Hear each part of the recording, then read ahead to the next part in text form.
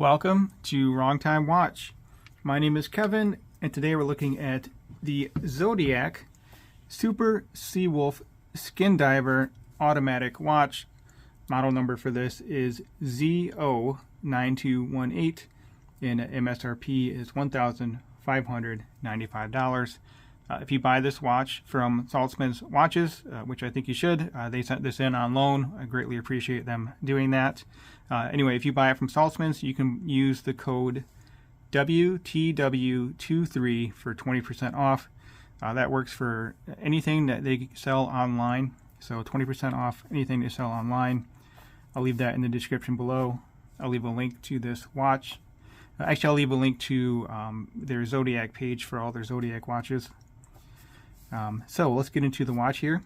We do have a sapphire crystal with anti-reflective coating. You can see, well, maybe you can't see, but this does have a very slight green dial to it. It's hard to see. I can see it a lot better in direct sunlight. Hopefully you can see it here with the studio lighting. Might be a little hard to see with the reflection off the crystal there, but it is a very cool muted green sunray dial. It looks great out in the sunlight. So if you like a darker dial and want a little splash of color, this might be a good option for you. Also, as you can see, this watch does not have a date, which I really appreciate. I prefer no date watches. I like the vintage inspired styling of this watch. The bracelet, I'm sure, would be very comfortable on wrist. I unfortunately can't size the bracelet. I mean, I can, but then I'd have to buy the watch. So use my imagination, and I'm sure it's very comfortable. Nice small links. The Jubilee style bracelet, a 5-link bracelet. This is a butterfly clasp, but it has a very neat system here. You can see these little cut lines here, and that is for the spring system. So it has a little bit of give here. I would say maybe 5 millimeters worth of give, 5 to 6 millimeters, something like that. So I'll do a pusher butterfly deployant clasp. We do have quick release pins there, and I'm assuming this uses a pin and collar system. Does not have screw heads, so it looks like it's a pin and collar system. And then there's a look at the case back. Zodiac, Swiss made, looks to be a serial number, 200 meter water resistant, and then there's that model number again, ZO9218.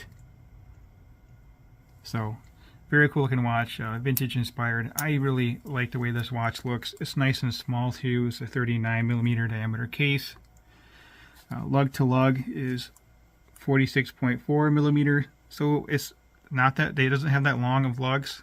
Maybe a little bit longer, but not too terribly long. 39 millimeter diameter watch, and that's actually at the bezel. The case is a little bit inside of that, so if I had to guess, it's maybe a 38 millimeter case. I did measure the diameter of the bezel at 39. 12.7 thick, so not too terribly thick. That's to the top of this slightly domed crystal. 20 millimeter lug width, tapers down to 16. So a very nice looking watch, and I'm sure it's very comfortable on wrist. 6.5 millimeter screw down signed crown, and the weight of this watch with all the links is 129 grams. So we do have, let me zoom back out a bit here, we do have C3 Superluminova on the hands, indices, and the bezel.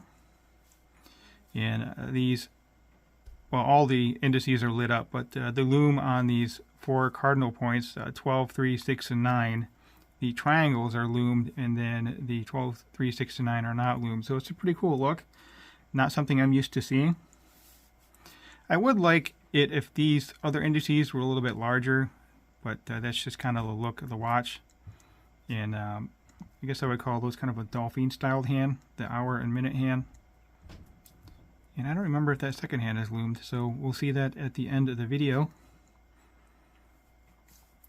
So the movement in my unboxing, I misspoke. This is a STP1-11 movement.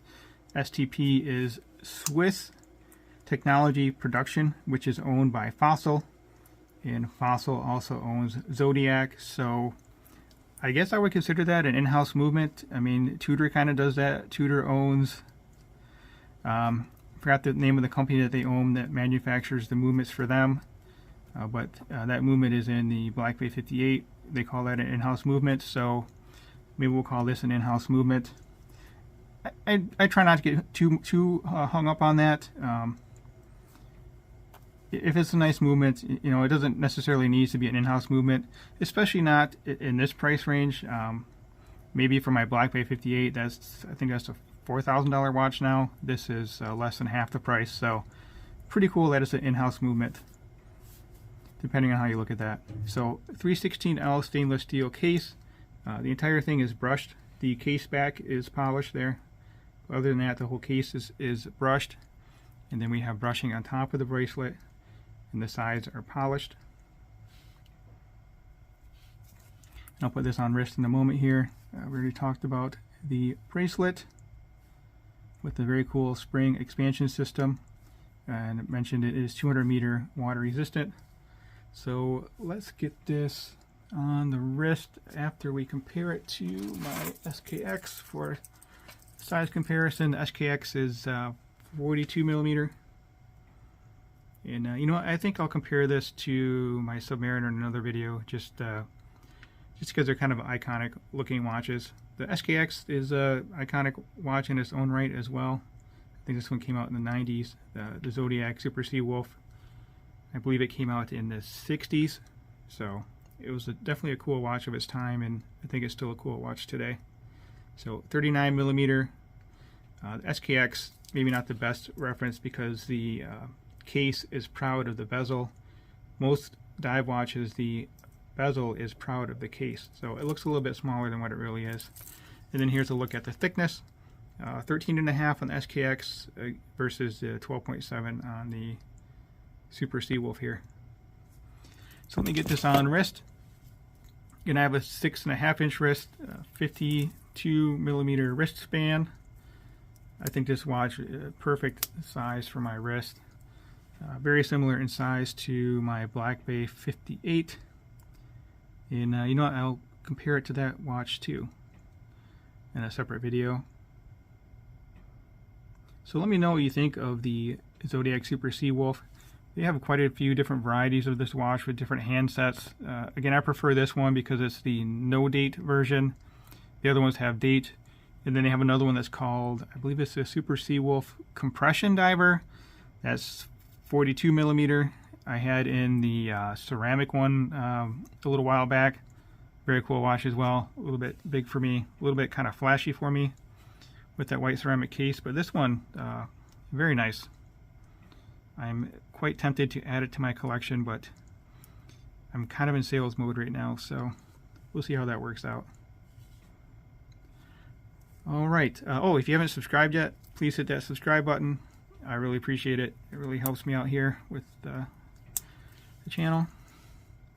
And see, I can see the green by eye here. Just kind of holding it at an angle with the light reflecting off of it. So I hope you can see that on your end of the screen. It's just a very subtle green, and it does have a sunburst pattern as well. All right, let's check out the Lume. So before we get to the Lume, just wanted to note that the STP-1-11 movement is a clone of the ETA 2824 movement, similar to how the Sellita SW200 is a clone of the ETA 2824 movement. That 2824 movement has 25 joules. This, along with the SW200, has 26 joules. All right, let's get into the Lume. So my initial impressions of the Lume, while I'm impressed, it has a nice amount of lume here. The C3 Super Luminova, the hands are definitely brighter than my SKX. The indices, about the same. The 3, 6, 12, 3, 6, 9, and 12 indices have more lume than the SKX, but the smaller indices don't. So I think it has a good amount of lume.